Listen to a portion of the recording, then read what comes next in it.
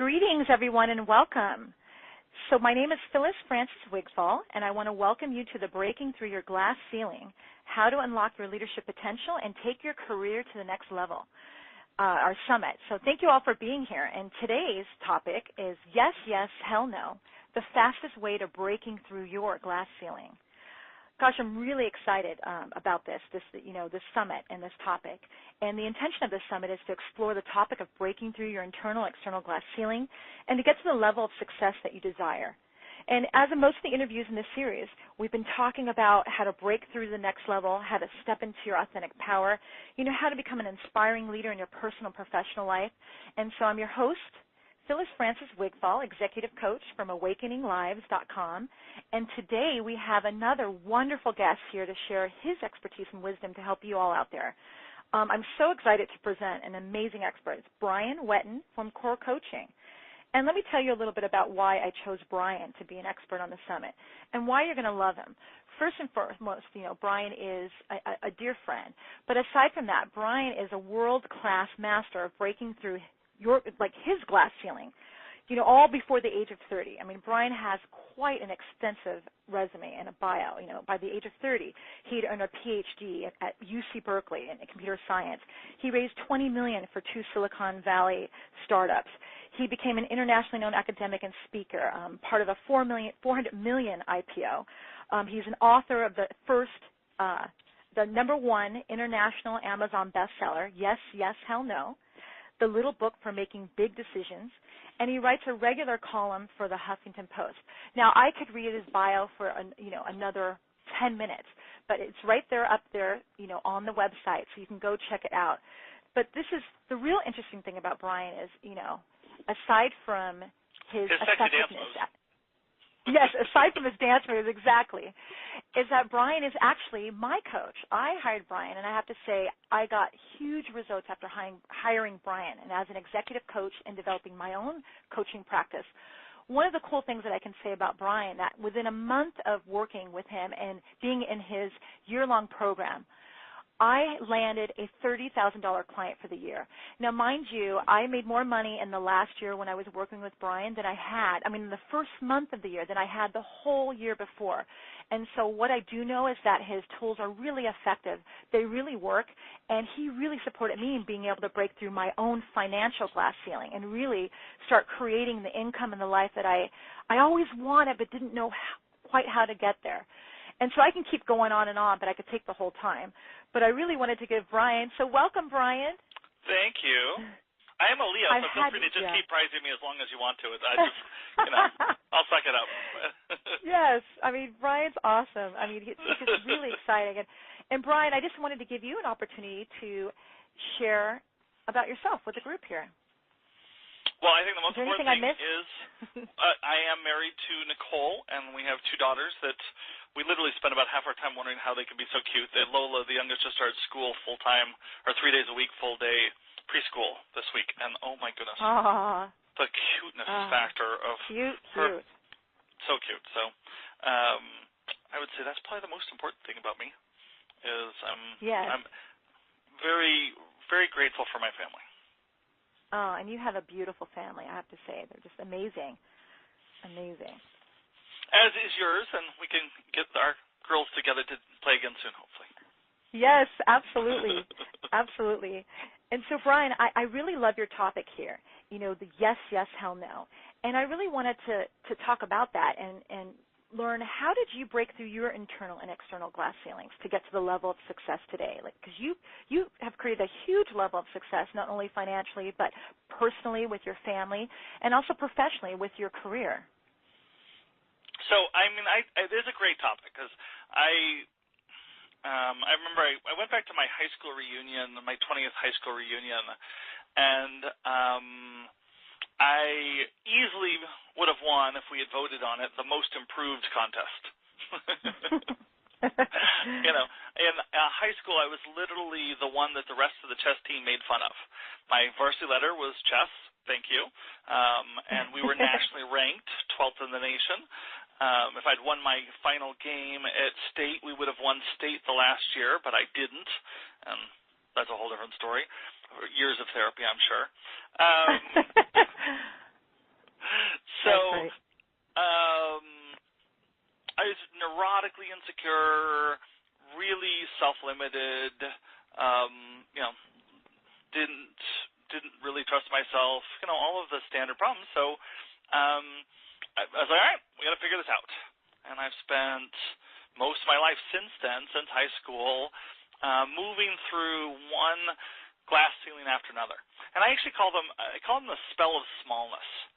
It's like there's these layers, these bubbles that we're wrapped up in, one layer after another, layer after another, of just these. It's like we've been hypnotized into thinking that we're much smaller than we are. Yeah. And so I like that analogy. It's like stretching out of the bubble, breaking that, and then there's different layers that you're stretching into and expanding out of. Yep. And so I think one of the biggest things I've learned is it's a process, not an event. It's not that you break through a glass ceiling one time or break a spell of smallness one time and you're done. You keep at it, right? Yeah. One great example of this is, anybody who's had kids knows how overwhelming the first few years can be. And Nicole had really challenging pregnancies and sleep deprivation. It was just for 5 years with getting pregnant and having our kids and breastfeeding, all of that. It felt like we were hanging on by our fingernails for much of the time, just barely surviving. And I hunkered down and was a lot less interested in glass ceilings and more just like how do I keep the boat afloat for that period. Right? And then as I came out of it, I have a dear friend of mine who's raised $500 million in the last year for his company from scratch. I mean, just amazing entrepreneur. And he just looked at me. He's like, Brian, stop it. Just stop talking to me about how you're going to increase your business a little bit or double your income.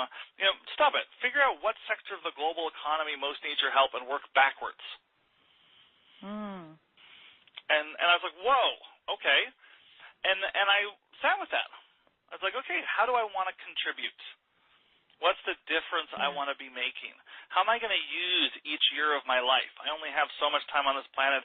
How can I be well used? And that's the question. I've been in much of this last year, and I found that just as one of the many tools, but a very, very, very foundational one. Just being in that question over and over again. I call it the shift from proving worth to providing value. From worrying about what your worth is, are you good enough? What's your glass ceiling? It's me. What are my limitations? How do I get rid of my limitations? And focus on what's the difference you want to make. Who do you want to serve? What's the value you want to provide? Yeah, and that was a tough topic for me. It's like I grew up in a world where I had to prove my wealth. Like it was important to show my degrees and what I can bring to the table. How does that really provide the value? Most people come from that old paradigm that I have to tell you what I can do and all that I have to bring. Yep. It's a work. I mean, it's like going to the gym. So we can explain, like, just about everything we're going to talk about today are practices. They're habits. They're not things you learn intellectually. They're things like brushing your teeth or going to the gym. They're habits you build. And over time, these habits cause you to grow bigger and bigger and bigger. Again, not that your ego is getting bigger and bigger, but your capacity to bring value to the planet gets bigger and bigger. Right? So we find a lot of times one of the most important practices is just notice when you're in your insecurity, when you're focused on you, when you're trying to prove your worth, and ask the question, well, what do I care about? Who do I want to be helping? What's the calling I'm working with? What's the value I want to bring to the world? Whether you're a street sweeper or running a Fortune 500 company or a nonprofit, anything, whatever you're doing, what's the value you want to bring to the world with it? That's the magic question that changes everything. It stops being about you and starts being about how you can make a difference one person at a time. Wow, that's a huge shift. That's like a paradigm shift for people. Yeah, it is. And again, it's you can get it once. We do it at our 3-day retreats. We help people really get this mind shift at the Practice Building Breakthrough retreats. And people walk out a different person. But if they don't keep practicing it, they fall back asleep. Yeah. Yeah, I have to say, and your 3-day retreat was probably where I just had the most powerful breakthrough in really getting that I don't have to prove my worth. I can provide value, and that they're mutually exclusive. Like providing value has nothing to do with my expertise or what I thought I can bring. Of course, I come with the skill level, but being able to focus on the client and not how I'm showing up, that's huge. Huge. Yep.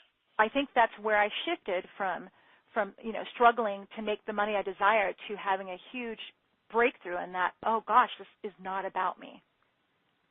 Love That's it. That's exactly it. That's so cool. And so you shared a little bit about your internal glass ceilings and your external, like you shifted from the IPOs and making the money to realizing, okay, what value do I bring? Exactly. What can I I provide? was a manic overachiever through my 20s. I mean, and I learned all of this. I tried to prove worth. I spent, from age 16 to age, well, probably 36 if we're honest, but certainly until about age 30, 32, I said, okay, I'm looking around and I've got lots of friends and people, but none of the, interesting women want to date me. They just want to be my friends. So in order to be attractive and get married someday, how do I prove my worth? And I did. Like I did at a level that most people dream of. Don't even dream of. Like I didn't even dream of. Like my goal for most of those years was to get a job making $60,000 a year as a programmer, and instead, I had a wild ride in Silicon Valley, and made and lost millions 3 times before I turned 30. The list of accomplishments I crammed in many areas, traveling the world, learning how to dance, becoming social, racquetball championships, all sorts of stuff. I ran at it hard, and I just didn't let anything in my way. But what I found was that I joked that the problems all started the 3rd time I became rich. And it was my 30th birthday. My youngest sister was getting married. So I'm the oldest of 4, and everybody else was getting married, which is what I really most wanted, was to be married and have family, right? And our company is going public. I'm worth millions of dollars. I had a racquetball or other type of athletic injury, so I wasn't able to go to the gym and exercise the way I was used to. So that probably contributed something to it. But basically, the core problem was I looked at this list I created of all the things I needed to do to prove my worth, and I'd achieved all of them, yet I felt empty inside. I still felt insecure. I still felt unworthy. I still felt not enough. And that sent me into a year of depression. I spiraled downhill for a year because I had proven my worth. I had achieved everything I could imagine, and much more, in fact, and yet it didn't make me happy. Right. And that's a huge thing. And it's like, for the audience out there, it's like this is such a deep conversation and so powerful. And it's like what tips for the audience could you share that to where you were able to shift out of really getting, okay, I've achieved everything, and now I'm not happy. Like now you went to the exploration of, okay, how do I become happy? How do I get what I really want? How were you able to do that? Like, because I think for myself, when I did your retreat, it was like a moment where it was just resonated in my soul, like I got it. Like it's been a conversation I've heard, but how do you ground it into, somebody like me, or that's like, oh yeah, this sounds good, but why do I still feel like what I've done or what I have to bring is important? Yeah. To focus on, I mean, the number one suggestion is get support. I do a lot of work with a distinction between what I call heroic leadership and authentic leadership. 2 different ways of looking at your leadership in the world. Again, whether that's leading, being a mom leading your kids as they grow up, or your dad leading your kids as they grow up, or a business entrepreneur, an executive, or a coach working with one person at a time. Whatever form of contribution you're making, that's your leadership in the world. And we have a very deep programming growing up, just like proving worth. You have to prove your worth. You have to get good grades. You're graded on a curve. You got to show that you're better than everybody else, all of that. We also have very deep programming that to be a leader means being a hero, means being strong, having armor, doing it all yourself. It's a very alone thing. People say it's lonely at the top. There's an archetype of leadership as the knight with the sword that kills dragons by himself. Right? Yeah, I can relate to that. And so that's very old school. It gets you to a certain level. It gets you into the proving worth game. It gets you out of the house and into action, but it doesn't create happiness. And true happiness and fulfillment comes by playing a different game. And the first rule of authentic leadership is you can't do it yourself. If you're not receiving support, you're not playing the game of authentic leadership. You're just not on that playing field at all. So the biggest thing would be, it's a practice, not something you accomplish. And then the second thing is get help. Find the support structures. I receive support each month from 3 to 5 these days, coaches, counselors, and healers. I receive an amazing amount of support. And it's a little less now than it used to be because I've got a lot of these habits really just running on the life of their own and real strong spiritual connection and some other things. But even with that, I keep getting help. And when I hit my own glass ceiling, whatever it is, my first instinct used to be, how do I push harder? My first instinct now is, who do I ask for help? See, that's a huge shift. Huge shift. Changing the question is one of the most powerful things you can do. Changing it from how do I push harder, how do I try harder, how do I put more effort in, how do I figure it out myself, to who do I ask for help? It goes to the same concept of like moving it away from myself and then looking at what can I provide, what can I receive. Yeah. That's great.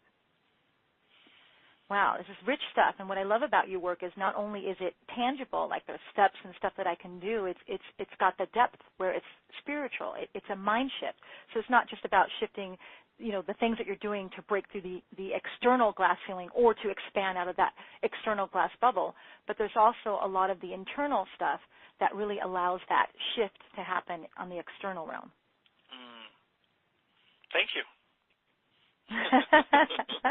hard won experience. So yeah. And so I love this, and it's like the topic is so provocative. This yes, hell no.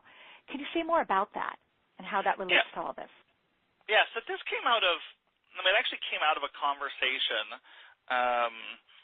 with one of my clients and students, and I don't remember where it started, but I realized that as I looked back on my life, and as I looked back on a lot of my coaching at this point, because this was a few years ago, 4 or 5 years ago, that there had been one tool that I had used over and over and over again for decision-making and for breaking through my glass ceilings, whether they were external proving worth glass ceilings and trying to achieve more in the world, or they were internal glass ceilings, more what I call the spell of smallness, where I was letting go of insecurity and unworthiness and awakening more to who I really am as a spiritual being having a human experience. And it was the same tool, just directed different directions based on whether I was achieving or healing and growing inside. And it's this decision-making tool for how do you decide when you're on course. What's on course for you, both spiritually and practically. And I started sharing it. Everybody's like, oh, yeah, wow, that's amazing. And it's been the recipe of my success. It's been the recipe of success of so many clients I work with.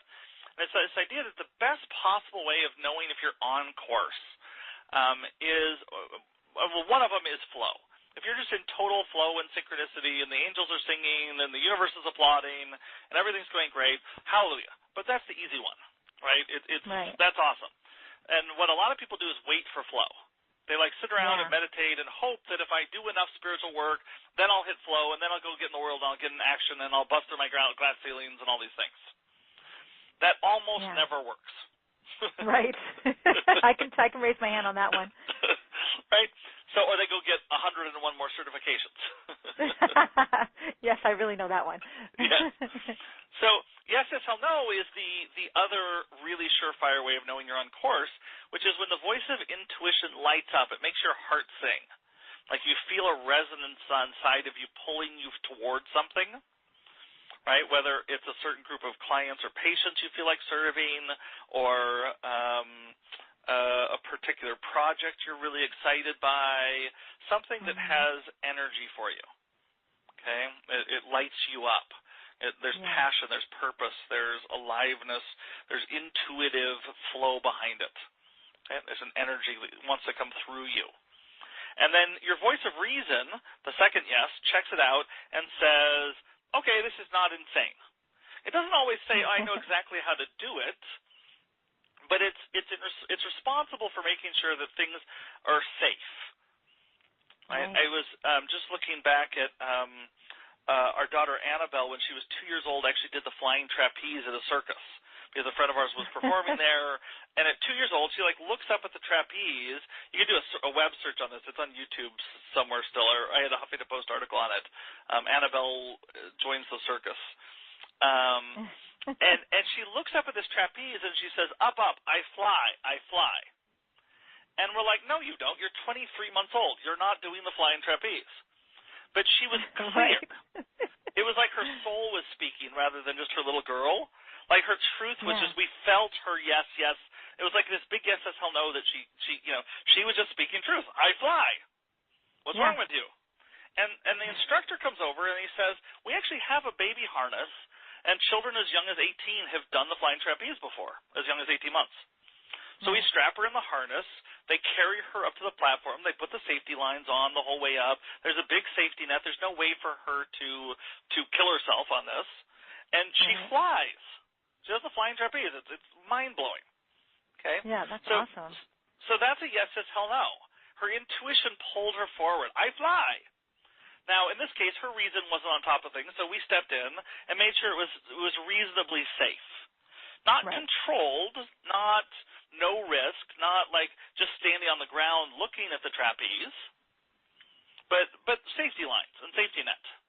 Okay, it's not a literal cliff. It's not a physical tiger coming at you. And then the voice of fear says, hell no, run away. When you feel that intuitive pull and the fear and then reason grounding things in the middle, so intuition says yes, reason says yes, and fear says hell no, go forward. It is the surest path. It's the surest way to know that you're on your soul's path. And it's the surest path to move through your glass ceilings or your spells of smallness one at a time.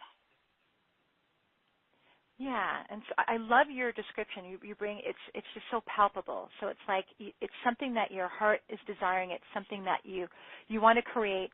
But the hell no is the part that's a little scared, but it's not like danger, like you're going to hurt yourself, but it's like you're taking a risk, like you're stretching beyond your boundaries. Yeah. Yep. And the bigger the first intuitive yes, oftentimes the bigger the fear-based hell no. Because what the secret of yes is hell no is it acts like a compass heading towards your higher consciousness, towards waking up, towards becoming the one step at a time, what I call everyday enlightenment. You're becoming more and more, a little more enlightened every day. You're becoming a little bit more aware of who you are for real. Right? You're waking up out of the matrix a little bit more each day. And Marianne Williamson has this great quote, our greatest fear is not our darkness, it's our light. And in my experience, that's accurate. Our deepest fear is the ego's fear of dying at the point of enlightenment, or of losing its identification, losing its sense of control. And so every time that you actually move forward on your soul's path, your fear freaks out. It's automatic. Right? Yeah. But most people think, if I'm walking my soul's path, I should just have flow. The angels should be singing all the time. I shouldn't have any fear. It just flowers should be grace and ease. Flowers, exactly. Money dropping on my head, things like that. Yeah, I really love that because it's about pushing the boundary. It's like still it's a yes, and once you've secured everything, it's like being able to break through that. God, Brian, that's I love the yes, yes, hell no, because it's so fun, and yet it's just can make a world of a difference when we really step into that and commit to something. I mean, that's one way to really break through for ourselves. And there's so many things we can talk about here. You said so many really important points. I mean, this conversation go on for hours just because of this topic. It's just so rich. That's what I'm trying to say. I agree. So I love this. Yeah. So We're very going to do it for cool. the next 2 days. We'll just keep the recording going. I know, exactly. And that's what's cool. And so, I mean, what's really great is this concept. You put it into a book, Yes, Yes, Hell No. That's the bestseller that I mentioned in the very beginning. And so what's really cool about that book is you really go into it in even more depth, and we can kind of bring our life experience and start creating our Yes, Yes, Hell No goals to help have the breakthroughs and create the life that we desire. It's really powerful stuff. Thank you. Cool. And so, is there anything one that more you'd like? key piece on this. Yeah. Oh, please. So then the other critical piece of this process of breaking through your glass ceiling, following your yes, yes, hell, no, is how you relate to the fear. Okay? And what almost everybody does, we're programmed. It's hardwired response. We're trained since we're babies. It shows up in most of our literature and movies and stories. It's how the hero's journey tends to be represented. Is as we either feed, flee, or fight the fear. Okay, and it might be interesting to illustrate that with movies and stories that we see. Joseph Campbell talks about the hero's journey and how there's really just one story of awakening that runs through all of our great literature and movies and myths and fairy tales. But there's different levels and depths of the story that gets told. And the one response you want to make sure you don't do the most is feeding your fear and wallowing in it and turning to the dark side. In Star Wars, which is a great literal archetypal just rendering of this hero's journey, Anakin Skywalker, Darth Vader, gave into his fears. He became his fears. He was so worried about his wife dying in childbirth that he kept having these premonitions of that he became consumed by his fears. And he turned to the dark side. He became evil. Okay? So rule one, don't be evil, right? don't wallow in your fears. There's so much fear in the world of terrorism right now. And it's a strong statement, but it was evil's a little strong, but it was definitely a counterproductive choice for America to invade Iraq in response to 9/11. That wasn't a wise decision. It wasn't. Right. It didn't help the planet. Okay, and as a country, myself included, we became consumed by our fears and we lashed out in anger. Right. Okay, and patted ourselves on the back for doing so. Okay, that was a moral failing, and I was part of it. I was right there with people, and I'll claim that and my mistake there. Oh yeah. Okay. The next level up, though, is then fleeing our fears, which is the most common response, which is the reluctant hero hanging out in the village, not wanting it's the Hobbit, and Frodo's in the Shire, and Gandalf comes knocking. I think it was Gandalf who knocked on the door and said, "It's time for adventure." And he said, "Go away." I don't want any adventure. I'm in the Shire. Everything's happy. Go away. Yeah. Right? And how many times do we do that in our life? We hang out in our smallness. We listen. We try to avoid our fears. We avoid conflict. We try to get along. We try to be nice. Right. We try to make everything smooth. Yeah, easy. We try to create goals that we know we can achieve. That's like almost a slam dunk. Yep. And when in doubt, go do retail therapy, buy some stuff, consume some stuff to make yourself feel better. Right. Or eat. Or eat. Ice cream. Always helps. Chocolate. Yep, chocolate. Check. All right, so then the next level up is fighting your fears, and this is where most of the movies focus on, is the hero goes from avoiding their fears and steps into the world and starts slaying dragons, killing monsters, overcoming stormtroopers, fighting fighting beasts, right? It's a battle, okay? And that's how we tend to react to our fears. In the worst case, we get consumed by our fears. That's bad. The next level is we try to avoid our fears and just not interact with them at all. That's slow death. Better than evil, but still not a very good life. And then the next level up is trying to fight and overcome our fears. Okay? But one of the greatest lessons of psychology is what you resist persists. Right. Okay? You can overcome an external enemy, but you can never conquer your fears. I repeat that. You can never conquer your fears. It's an impossible task. And so many people think that becoming a hero, becoming a leader, breaking through their glass ceiling, releasing the spell of smallness is about conquering your fears. It is not. Right, the heroic leadership part. That's it. Heroic leaders think they need to conquer their fears. Okay? The fourth level here which is where you move in authentic leadership, and the true hero is where you learn how to embrace your fears. You literally make friends with them. And we have a tool we teach called Making Friends with Your Fears that we've had psychiatrists and psychologists that have been practicing for 30 years say is by far the most powerful tool they've ever seen for working with fear, because it changes the response. Almost all of the tools, even in therapy, even in psychology, most of the tools you learn are about how do you overcome and get rid of your fear. Right. Yeah, a lot of it's like that. I mean, it's fixing a problem. Exactly. Fear is the problem. We've got to get rid of it. No. Yeah. Fear is a friend. It's the, compass doesn't work if there isn't a south pole of the needle and a north pole. You can't have a magnet with only a north pole. It's a physical impossibility. It defies the laws of physics. Okay? Right. Same thing with a guidance system.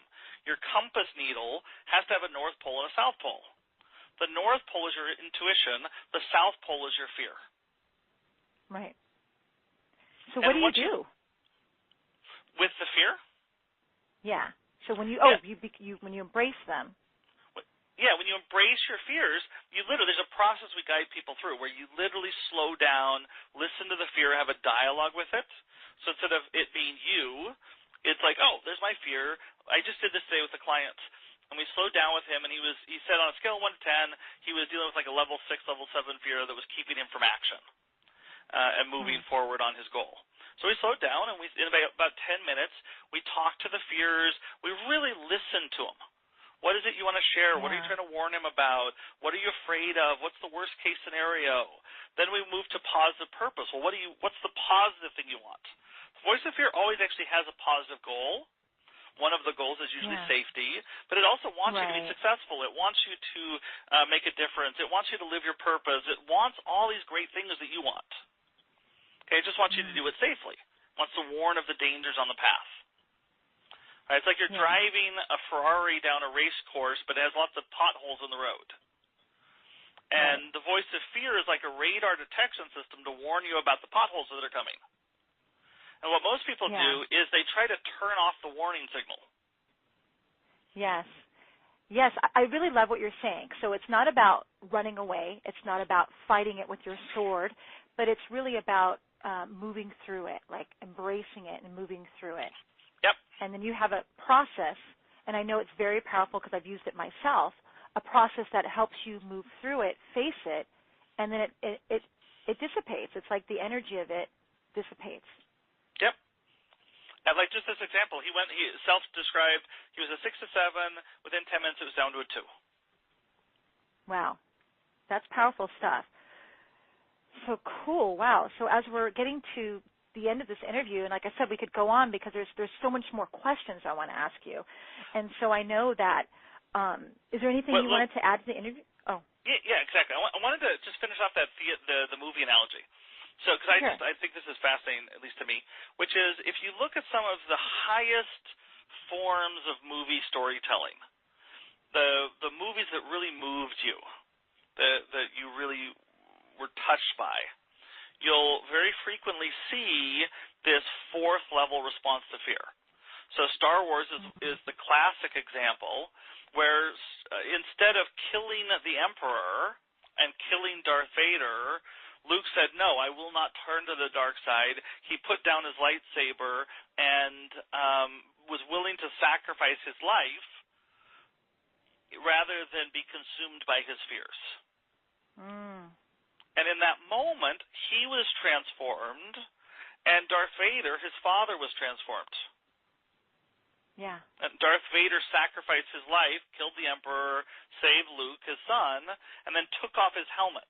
He went from being evil to being redeemed. He died as Anakin, not Darth Vader. Right. Okay? So this choice, again, we see it over and over again of learning how to face your demons, face those dark fears, and then embrace them, make friends with them, be with them, love them, listen to them, work with them. It's literally a spiritual transformation that happens as you do that. Yeah. Yeah, you're absolutely correct on that. Wow, this is such a cool process, and just imagine if so many more people out there were able to have access to it and be able to use it to break through their internal barriers. Well, for only $12 on Amazon, you can too. That's absolutely right. Which actually takes us to the next point, which is I know that you have a few free gifts for everyone, and I just want to say Brian is being super generous here, and so I would love for you to share more about that and any upcoming events or programs that you have. Yeah, definitely. So the free gifts we've got are at sellingbygiving.com/Phyliss. I know you're going to post the link on that one. Yes. And on that page, you'll see for my wife and I, Nicole, 2 or 3 gifts, depending on whether you qualify for the third gift, because we can only give the third gift to some people, not everybody. We just don't have enough team to do it. So the first 2 gifts are for everybody. The first one is the 7 Stages of Practice Building. It's an 8-page workbook. If you are a coach, a counselor, a healer, or any type of change maker where you're trying to build a full practice, serving clients or patients of some sort, download this ebook. It's required reading. It took me 10 years and an insane amount of trial and error to learn it the hard way. It is the path to success for coaches, counselors, healers. It's a light bulb for most people. So please, it's the beginning of the map. It's really good. Yeah. So that's the first foundational gift, to start making sense of all of the different programs and products and coaches and things that you can do. That helps organize all of it. Okay. Then the second gift is for everybody, which is the first 5 chapters of Yes, Yes, Hell No, my book. So please download that, read the first 5 chapters. If it calls to you, go buy the book on Amazon. Jack Canfield wrote the foreword for it. We've had multiple people write reviews saying it's the best self-help book they've ever read. It's a really good book. And it's a really easy read, and it's interesting, and that's what I liked about it. It's like I wanted to read. Yeah, it sucks you in because we tell our story. The chapters are short. It's a really good book. Like, please get it. It's not for me. Just get the book. It's $12. It's a short read, fast read, very, very powerful. And then for coaches, counselors, healers who are committed to building a business. So you're at the stage where you have value, you've worked with some clients, you either are at $10,000 a year of income, or you already are starting to see that many people where you're doing about $1,000 a month of revenue, or you've got significant resources, $10,000 or something in that range, to invest in your business, one or the other, because that's sort of the minimum level where we know we can really help people accelerate. So if you're a coach, a counselor, healer, a conscious entrepreneur, you're fully committed to turning your calling into your career. It's okay if you're scared. The yes is hell no for you. You've been 2 steps forward, 2 steps back for years. As long as you're sort of over this first critical level where you have value to deliver, you've got critical mass in terms of commitment, and you're ready to take it seriously, and you've got at least a first level of progress or first level of resources to invest, we would love to give you a strategy session with one of our senior coaches. This is a really specific process that I've spent 10 years developing for how to help you get clear on where you're at, where you want to be, what's in the way, and what your path to success is. So it's a 60-minute call, one-on-one with Kelly. She'll get you on the fast path for you. If that's you, please apply for that. Nicole and I are the reason why we do this whole Selling by Giving business is to help more change makers make a bigger difference in the world.